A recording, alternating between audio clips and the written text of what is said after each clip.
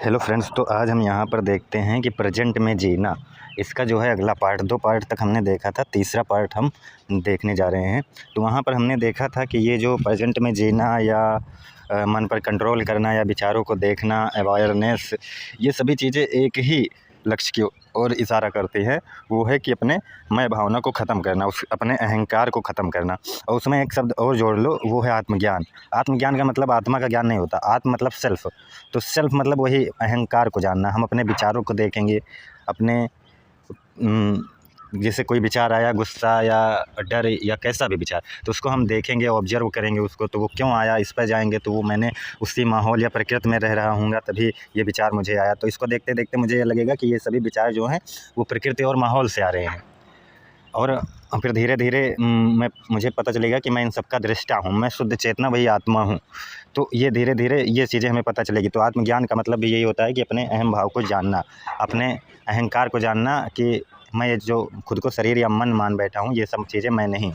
तो वही बातें यहाँ पर, आत्मज्ञान भी वही चीज़ें हैं जो प्रेजेंट में रहना कहो, चाहे मतलब कई शब्द हैं, वो सबका एक ही काम होता है कि तुम्हारे अहंकार को जानना, जो खुद को मान बैठा है कि ये मैं करता हूँ, मैं करता हूँ, मैं करता नहीं हूँ, ये चीज़ें जानना। और एक बात यहाँ पर, इसी को अगर आप कर्म योग के भाषा में समझोगे तो आसक्ति से कोई काम करना, आसक्ति से करना, ये भी वही मतलब निकालता है। चाहे भक्ति योग में चले जाओ तो वहाँ पर ये होता है समर्पण कर देना अपने अहंकार का, कि सब कुछ प्रभु आपके ही कृपा से हो रहा है, आपकी वजह से ही हो रहा है।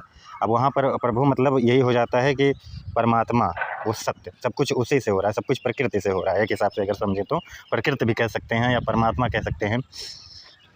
वैसे प्रकृति और परमात्मा दो अलग चीज़ें हैं। परमात्मा कुछ भी करता नहीं है, लेकिन अगर कोई मनुष्य कह रहा है कि प्रभु आपकी कृपा से हो रहा है सब कुछ, मतलब ये अगर वो भौतिक घटनाओं की बात कर रहा है तो वो प्रकृति की बात कर रहा है।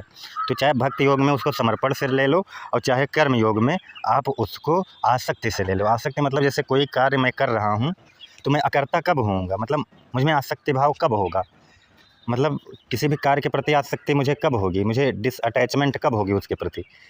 अगर मैं प्रकृति हूँ, मैं कोई कार्य कर रहा हूँ तो मुझे मेरा अटैचमेंट उसमें होगा ही होगा, लेकिन उसी अटैचमेंट को हटाना, ये समझ लो कर्मयोग है। मतलब जैसे अटैचमेंट कब हटेगा, जब मैं ये देखूँगा कि ये सभी चीज़ें जो है मैं इन कर्मों से परे हूँ, मैं जो है अकर्ता हूँ, मैं शुद्ध चेतना आत्मा हूँ। ये कर्म तो जब मैं ये जान जाऊँगा ये प्रकृतिवश हो रहे हैं, सब कुछ माहौलवश सभी कर्म हो रहे हैं। अगर मेरे शरीर से कोई कर्म हो रहा है तो मैं वैसे प्रकृति या माहौल में हूँ, तो उसी हिसाब से विचार आ रहे हैं और उसी हिसाब से हार्मोन रिलीज हो रहे हैं हमारे शरीर में, और मेरा शरीर जो है रिएक्ट कर रहा है वैसे। तो मुझे पता चलेगा ये सब प्रकृतिवश अपने आप हो रहा है। तो धीरे धीरे इसको देखते देखते मैं दृष्टा बन जाऊँगा, और वही जो दृष्टा है वही आसक्ति से रहित कर्म है। आसक्ति से रहित का मतलब यही हुआ। निष्काम कर्म मतलब क्या हुआ? निष्काम कर्म यही है कि तुम्हें कामना तुम्हारी ना हो उस कर्म में, आसक्ति ना हो उसमें। इसका मतलब यही हुआ कि आसक्ति कब नहीं होगी, जब मैं इन सब का दृष्टा बन जाऊँगा, ये सब अपने आप हो रहे हैं, मैं ये चीज़ें जान जाऊँगा। तो वही बात है, एक ही लक्ष्य की ओर सभी शब्द इशारा करते हैं, चाहे आसक्ति हो, चाहे आत्मज्ञान हो, चाहे भक्ति योग हो, और चाहे ध्यान योग हो। ध्यान के बारे में मैंने खैर बताया है कि अपने मन पर कंट्रोल करना, वो वही बातें हो जाती है। अब ध्यान के कई तरीके हैं, कोई आज्ञा चक्र पर ध्यान करने को कहता है, कोई श्वासों पर ध्यान करने को कहता है। वो सभी चीज़ें एक ही शब्द की ओर इशारा करते हैं कि अपने विचारों को देखना, और विचार क्यों आ रहे हैं इसको ऑब्जर्व करना। ये माहौल और प्रकृति से आ रहे हैं, जिस प्रकृति में रहेंगे उसी हिसाब से विचार रहेंगे। ये सभी शब्द एक ही ओर इशारा करते हैं, तुम्हारे अहम भाव को ख़त्म करना। तुम जो कहते हो मैं करता हूँ, ये मेरे द्वारा हुआ, ये मैंने किया, इस भाव को ख़त्म करना और आत्मस्थ स्वरूप में स्थित होना। उसी को ही आत्मज्ञान कह लो, चाहे जो कह लो आप, उसी के ही अलग अलग नाम हैं सब। कर्मयोग, भक्ति योग, अब अलग अलग वो हैं, अलग अलग नाम हैं सबके। तो यहाँ पर वही रियल मतलब हुआ कि मैं कुछ नहीं करता। अगर मैं ये भावना भी रख लूँ कि मैं कुछ नहीं करता, तब भी वहाँ पर मैं भावना आ जाएगी। जैसे मैं करता हूँ, ये भी एक भावना ही है, और ये गलत है। अगर मैं कहूँ कि मैं नहीं करता, सब प्रकृति करती है, तब भी तुम्हारी मैं भावना वहाँ छिपी हुई है। तो मैं भावना का मतलब यही नहीं हुआ कि मैं करता हूँ या मैं नहीं करता हूँ।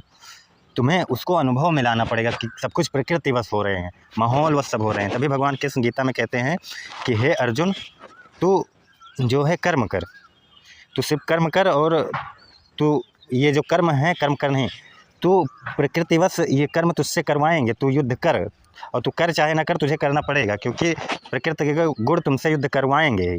बस सिर्फ तू जाग कर इसको देख ले कि ये कर्म जो है अपने आप होते रहते हैं यहाँ पे। तो वही बात है, प्रेजेंट में जीना मतलब यही हुआ कि तुम अपने विचारों और इन सभी चीज़ों से हटकर, अपने अहम भाव को हटाकर अपने आत्मस्वरूप में स्थित हो जाओ। ये बातें हैं यहाँ पर, और यही रियल बात है। पूरे गीता का कोर यही है। तुम्हें भगवत गीता में यही लगेगा बाहर बाहर से कि भगवान कृष्ण युद्ध करवा रहे हैं अर्जुन से, नहीं, लेकिन रियल मतलब यही है कि अर्जुन को जगा रहे हैं कि हे अर्जुन तू जाग जा, तू सिर्फ देख, ये सब चीज़ें अपने आप हो रही है। ये है कोर पॉइंट गीता का। पूरे गीता में आत्मज्ञान की ही बात हो रही है, पूरे गीता में आसक्ति योग की ही बात हो रही है, पूरे गीता में कर्म योग की बात हो रही है। मतलब सीधा सही मतलब अहंकार को हटाने की बात हो रही है पूरे गीता में। अपने अहम भाव को हटाकर तू देख ले कि तू नहीं करता, ये सब चीज़ें खुद ही हो रही हैं प्रकृतिवत। तो क्यों मैं कर रहा है उसमें कि मैं करता हूँ। लेकिन अगर तू ये भी सोच लेगा बिना अनुभव के कि मैं नहीं करता, सब प्रकृति करती है, तब भी तुम्हारा अहंकार ही है। उसको अनुभव में ला, ये चीज़ें यहाँ पर समझनी है। तो जैसे मतलब कि यहाँ पर यदि कुछ लोग फिर ये कहेंगे कि जब सब कुछ खुद ही हो रहा है तो मैं कुछ करूँ ही क्यों। अरे तो वहाँ पर भी अब यहाँ निष्क्रियता कुछ लोग ले आएंगे, नेगेटिव चीज़ें सोचने की कुछ ज़्यादा ही आदत पड़ गई है। तो यहाँ पर मैं ये नहीं कह रहा हूँ निष्क्रियता। अब तुम निष्क्रियता मैं कुछ करूँ ही क्यों, इसका क्या मतलब है। वहाँ तुमने मैं भावना लाया कि नहीं। अगर जब सब कुछ प्रकृति ही कर रहा है तो छोड़ दो प्रकृति पर, तुम मैं भावना ना लाओ अपने शरीर में, उसके बाद देखो शरीर कार्य करेगा। लेकिन तुम्हारी मैं भावना है तो तुम ये कैसे कह सकते हो कि मैं कुछ करूँ ही क्यों, मैं कुछ करूँ क्यों, इसके लिए भी तो मैं भावना है तुम्हारे अंदर। तो जब तक आत्मज्ञान तुमको नहीं हो जाता तब तक तुम ये भी नहीं कह सकते कि मैं कुछ करूँ ही क्यों। ये निष्क्रियता हो जाएगी, फिर निष्क्रियता नहीं है आत्मज्ञान। तो एक बात यहाँ और समझनी है कि जैसे हाँ कुछ लोग ये तर्क देते हैं कि यदि भगवान कृष्ण उनको अर्जुन को ये नहीं कहते कि हे अर्जुन तू युद्ध कर, तो क्या युद्ध नहीं होता। तो इस पर मैं बता दूं कि युद्ध फिर भी होता वहाँ पर। अब मैं कह रहा हूँ ना कि गीता में सिर्फ अर्जुन को जगा रहे हैं भगवान। वो अर्जुन भले ही युद्ध से हट रहा है, लेकिन बाहर से तो देखकर आपको यही लगेगा, लेकिन अंदर से वो आत्मज्ञान की ही प्रक्रिया चल रही है। जैसे कुछ लोग ये कहते हैं कि अगर भगवान कृष्ण नहीं जगाए होते तो अर्जुन युद्ध नहीं करता, वो युद्ध करता। क्योंकि भगवान कृष्ण कहते हैं प्रकृति के गुण तो जैसे युद्ध करवा ही लेंगे, तू सिर्फ जाग, तू सिर्फ देख। तो वहाँ दृष्टा होने की बात करते हैं पूरे गीता में भगवान कृष्ण।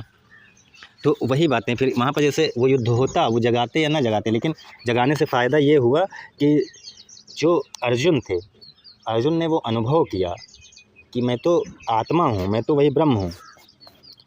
तो वही बातें यहाँ पर तो चाहे भगवान कृष्ण जगाते या न जगाते, वो युद्ध होता ही होता।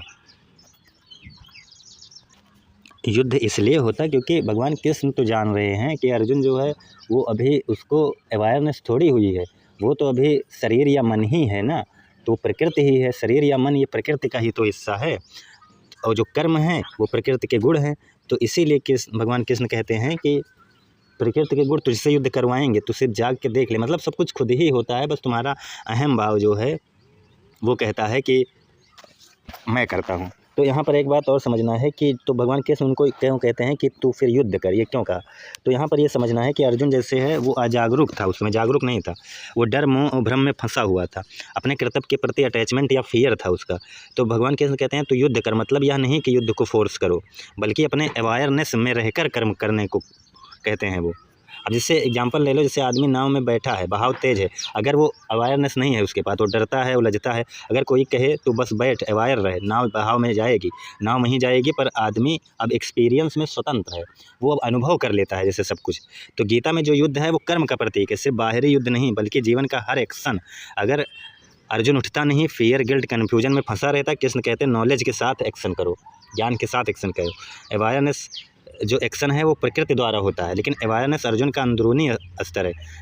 तो आदेश का पॉइंट जो युद्ध करने का है वो कर्म को रोकना नहीं, अर्जुन को साक्षी बनाना और ईगो या अटैचमेंट हटाना। मतलब वही बात है कि जो अर्जुन को लग रहा है अभी मैं कर रहा हूँ, और उसका जो अटैचमेंट है उसको हटाना और साक्षी भाव में ले जाना। तो युद्ध करिए जो है ये कर्म योग का मार्ग है। अवेयरनेस से कर्म मतलब free, D attached, pure consciousness में, और बिना जागरूक के सेम कर्म वही कर्म होगा फिर भी, लेकिन दुख होगा, बॉन्डेज रहेगी। तो कर्म वही होगा प्रकृति द्वारा, पर अवेयरनेस से एक्सपीरियंस बदलता है। इसलिए कृष्ण कहते हैं तो युद्ध करता कि अर्जुन साक्षी भाव में अपने कर्म को निभाए। तो ये बात, अनुभव बदल जाता है, प्रसन्नता होती है। अगर तुम्हें ज्ञान हो, अवेयरनेस आ जाए, जैसे कोई कर्म अर्जुन कर रहा है तो जैसे किसी को मार देगा, दुखी होगा, मोह में रहेगा, लेकिन अवेयरनेस से क्या होगा कि एक्सपीरियंस बदल जाता है, वो प्रसन्न हो जाएगा, उसके अंदर प्रसन्नता हमेशा रहेगी। ये बात यहाँ पर हो जाती है। तो वही बात, युद्ध होता ही, चाहे भगवान जगाते या ना जगाते, शरीर मन और प्रकृति के गुणों के अनुसार। और भगवान ने जगाया, अब अर्जुन जो है साक्षी और दृष्टा बन गया। फ़ायदा ये हुआ कि वह ईगो, फियर, अटैचमेंट से मुक्त होकर कर्म को अनुभव कर रहा है और अंदर का बदलाव जो है वही मुख्य लाभ है। एक्शन वही है, केवल एक्सपीरियंस और अवेयरनेस बदल गई। मतलब गीता का सार ही यही है, कर्म वही होता है पर जागरूकता से अनुभव और अहंकार का बंधन बदल जाता है। क्योंकि अर्जुन भी तो प्रकृति का हिस्सा है ना। अगर उससे कह रहे हैं कि तू युद्ध कर, प्रकृति की गुण तुझसे करवाएंगे, तो अर्जुन कैसे नहीं करेगा, क्योंकि वो भी तो प्रकृति का ही हिस्सा है। तो वही बातें यहाँ पर मैं समझाना चाह रहा हूँ कि जैसे कोई भी घटनाएं जो होती हैं, फिर जैसे अगर यहीं पर अब लोग निष्क्रियता वाला शब्द ले आएंगे तो फिर मैं कुछ करूँ ही क्यों, सब कुछ हो अपने आप होगा। अरे तुम प्रकृति हो, तुम्हें करना पड़ेगा, क्योंकि तुम प्रकृति हो। क्योंकि भगवान कृष्ण अर्जुन को जान रहे हैं, उनका मन और जो शरीर है अर्जुन का वो भी प्रकृति है, वो कर्म करेगा। ये चीज़ भगवान कृष्ण जान रहे हैं, वो इसीलिए कहते हैं प्रकृति के गुण तुमसे करवाएंगे, तो सिर्फ अनुभव ले उसका, बस वो जगाते हैं। वैसे फिर जो लोग जो निष्क्रियता कहते हैं, वो तुमको कर्म करना ही पड़ेगा। तुम जिस माहौल में, जिस प्रकृति में हो, तुम्हें वो कर्म करना ही पड़ेगा। अगर तुम जागरूक होकर करोगे तो तुम्हारा अनुभव बदल जाएगा, प्रसन्नता हो रहेगी हमेशा, कभी दुख नहीं होगा, चिंता नहीं होगी, बेचैनी नहीं होगी। और अगर बिना जागे करोगे तो दुख होगा, कुछ बुरा हो जाएगा, चिंता रहेगी, बेचैनी रहेगी, घबराहट रहेगी, बहुत तरह से मानसिक रूप से आप डिस्टर्ब रहोगे। तो ये होता है जागरूकता में करने का मतलब। इसका मतलब निष्क्रियता नहीं होगा, कर्म वही होगा, चाहे आप जागरूक होकर करो या ना करो, वही कर्म होगा, क्योंकि प्रकृति बस तुम्हें करना पड़ेगा। और दूसरी बात, फिर कुछ लोग तर्क देते हैं कि जैसे फिर जो रेप जैसी घटनाएं होती है उसका जिम्मेदार कौन होता है। उसका जिम्मेदार तुम ही हो, तुम्हारा शरीर है, क्योंकि तुम अवेयरनेस को थोड़ी प्राप्त हुए हो। रेप जैसी घटनाओं के जिम्मेदार तुम्हारा माहौल, तुम्हारा शरीर, प्रकृति है ना। भगवान कृष्ण कह रहे हैं प्रकृति, प्रकृति मतलब नेचर ही नहीं कहते हो, प्रकृति से तुम्हारा शरीर भी बना है, वो भी प्रकृति का ही हिस्सा है। तो तुम्हारे शरीर ने रेप जैसी घटनाओं को अंजाम दिया है, तो तुम्हारा शरीर है उसका जिम्मेदार है। तुम्हारा माहौल है, जिस माहौल में रह रहे हो, आप उस माहौल में ना रहो, आप वो घटनाओं को नहीं अंजाम दोगे। वही तो मन पर कंट्रोल करने के लिए कहा जाता है। विचारों को देखो, आपके अंदर जब हार्मोन्स एक्टिव होते हैं, आप किसी ऐसे ही माहौल में रहेंगे तभी वो हार्मोन्स एक्टिव होंगे, और हार्मोन्स एक्टिव होंगे तभी आप उन घटनाओं को अंजाम देंगे। जैसे विचार आएगा, आपको सेक्सुअल विचार आएगा, तब आपके हार्मोन्स एक्टिव होंगे। आप उस माहौल में रहोगे तब आपके अंदर विचार आएगा, तब आपका हार्मोन एक्टिव होगा और आप ऐसी घटनाओं को करने के लिए एक्टिव होंगे। तो ये सभी चीज़ें आपके माहौल पर डिपेंड है, आपका शरीर ही उसके प्रति जिम्मेदार है। इसलिए कोई भी अपराध हो, वो तुम्हारा माहौल और शरीर जिम्मेदार होता है, इसलिए तुम्हें उसकी सज़ा होती है। ये है रियल कॉन्सेप्ट। और ये फालतू की बकवास करना फिर कि मैं कुछ करूँ ही क्यों, या फिर ये सब चीज़ें फिर मैं नहीं करता, ये सभी चीज़ें फिर प्रकृति करती है, प्रकृति को फिर वो, अरे तुम्हारा शरीर प्रकृति ही है, तुम कहाँ आत्मा हो गए हो, तो प्रकृति को ही सज़ा होगी। और निष्क्रियता की अगर बात करोगे तो निष्क्रियता करोगे तो भगवान किस कर्म को रोकने के लिए थोड़ी कहते हैं कभी। वो कहते हैं तू तो कर्म कर, लेकिन जाग कर कर्म कर। जाग कर कर्म करने से तुम्हारा अनुभव बदल जाएगा, चिंता, बेचैनी, घबराहट, दुख नहीं होगा, ये चीज़ें कहते हैं। तो ये फालतू की बकवास, गीता का पूरा कोर मैंने इसमें समझा दिया। यही पूरी फिलॉसफी है गीता की। भगवत गीता यही कहती है, पूर्णता यही कहती है भगवत गीता। और आप कुछ गलत अनाप शनाप अर्थ निकालो तो बात अलग ही है, लेकिन गीता की मेन फिलॉसफी यही है कि तू जाग, तू देख, सब कुछ प्रकृति बस हो रहा है। अब कुछ लोग जो अर्जुन का एग्जाम्पल देते हैं उसको भी मैंने समझा दिया कि अर्जुन युद्ध नहीं करता, तो अरे वो भगवान कृष्ण कहते हैं ना कि अर्जुन जो है अभी माहौल और प्रकृति पर डिपेंड है, मन और शरीर पर डिपेंड है। वो जानते हैं कि वो करेगा वो काम, बस जगाते इसीलिए हैं कि अब अनुभव उसका चेंज हो जाएगा। अब दुख नहीं होगा युद्ध करने के बाद, अब बेचैनी नहीं होगी, अब मोह नहीं होगा उसके। कहते हैं ना कि हे अर्जुन तुम्हें इस समय ये मोह क्यों हुआ, तो वही बात, उस मोह को दूर कर देते हैं। क्योंकि अवेयरनेस में यदि तुम कर्म करोगे तो मोह नहीं होगा तुम्हें, क्योंकि तुम जान रहे हो ये सभी चीज़ें अपने आप ही हो रही हैं। यहाँ पे मैं प्रकृति का हिस्सा हूँ, मेरा शरीर प्रकृति का हिस्सा है, और ये शरीर ये कर्म करेगा क्योंकि वो उस माहौल में रह रहा है। वो युद्ध के स्थान पर खड़ा है तो वो युद्ध करेगा। बस जागने के बाद उसको दुख नहीं होगा, उसका अनुभव बदल जाएगा। बस अवेयरनेस का मतलब क्या हुआ, अनुभव बदल जाना, अच्छा अनुभव होना। मतलब जैसे जो बुरे अनुभव थे हमारे, चिंता, बेचैनी, घबराहट, ये सभी अनुभव चेंज हो जाते हैं। ये है गीता का सार। अब गीता का अनाप शनाप अर्थ निकालो तो अलग ही बात है, लेकिन गीता की रियल फिलॉसफी यही है कि सब कुछ अपने आप ही होता है, मैं उसका दृष्टा हूँ, मैं सिर्फ दृष्टा बन जाऊँ बस। और मैं दृष्टा बन जाऊँ तो इसका मतलब ये नहीं कि मैं उस अहम भावना को कह रहा हूँ। उस अहम भावना को ख़त्म कर दो, तुम अपने मन को ये समझा दो कि यहाँ पर ये सब ऑटोमेटिक हो रहा है। वो जो तुम्हारी मैं भावना है जो कहती है ये मैं कर रहा हूँ, ये चीज़ें तुम्हारा मन जान जाए। मन क्योंकि प्रकृति से बना है तो वो नहीं जानेगा, मैं मान रहा हूँ, क्योंकि वहाँ तक कोई पहुँचता ही नहीं है। क्योंकि मन तो प्रकृति से बना है, जिस माहौल है प्रकृति, क्यों बहुत सारे लोग नहीं जागरूक हो पाते, उसका रियल मतलब यही है। क्योंकि मन तो प्रकृति से ही बनेगा ना, माहौल से ही बनेगा ना मन। तो आप उस माहौल में रह ही नहीं रहे हो तो आप जागरूक कहाँ से हो जाओगे, रियल मतलब यही है। तो इसीलिए तो 100 में 1% लोग भी जागरूक नहीं होते, अवेयरनेस को नहीं प्राप्त होते, क्योंकि माहौल ही वैसा नहीं है। माहौल क्या है, युद्ध है, गरीबी है, लड़ाई झगड़ा, तमाम तरह की चिंताएं, मैं ये कर लूँ, वो कर लूँ, ये कर लूँ, वो कर लूँ, ऐसी बहुत सी चीज़ें हैं। सभी लोग इन्हीं सब में फंसे रहते हैं, अपना भविष्य संभालते हैं। खैर ठीक है, इन सब से आपको सब कुछ मिल जाएगा, लेकिन वो मोह नहीं आपका ख़त्म होगा, वो दुःख नहीं ख़त्म होगा, वो चिंता, सुविधा मिल जाएगी, चिंता नहीं ख़त्म होगी। आप जीवन को जी नहीं सकते, आप जीवन काट रहे होते हैं सिर्फ। बस जीवन को जीना सिर्फ अवेयरनेस के बाद ही आता है। जीवन को जी लेना, जीवन को जीना सीखना अवेयरनेस के बाद ही आता है, आत्मज्ञान के बाद ही आता है, आसक्ति से कर्म करने के बाद ही आता है, प्रेजेंट में जीने के बाद ही आता है। नहीं तो आप तो विचारों के गुलाम हैं। जैसा माहौल वैसे विचार, वैसे शरीर रिएक्ट। कितना भी कहो मैं गुलाम नहीं हूँ, तुम गुलाम हो। यही है गीता की कोर फिलॉसफी। तो आज के लिए इतना ही, धन्यवाद।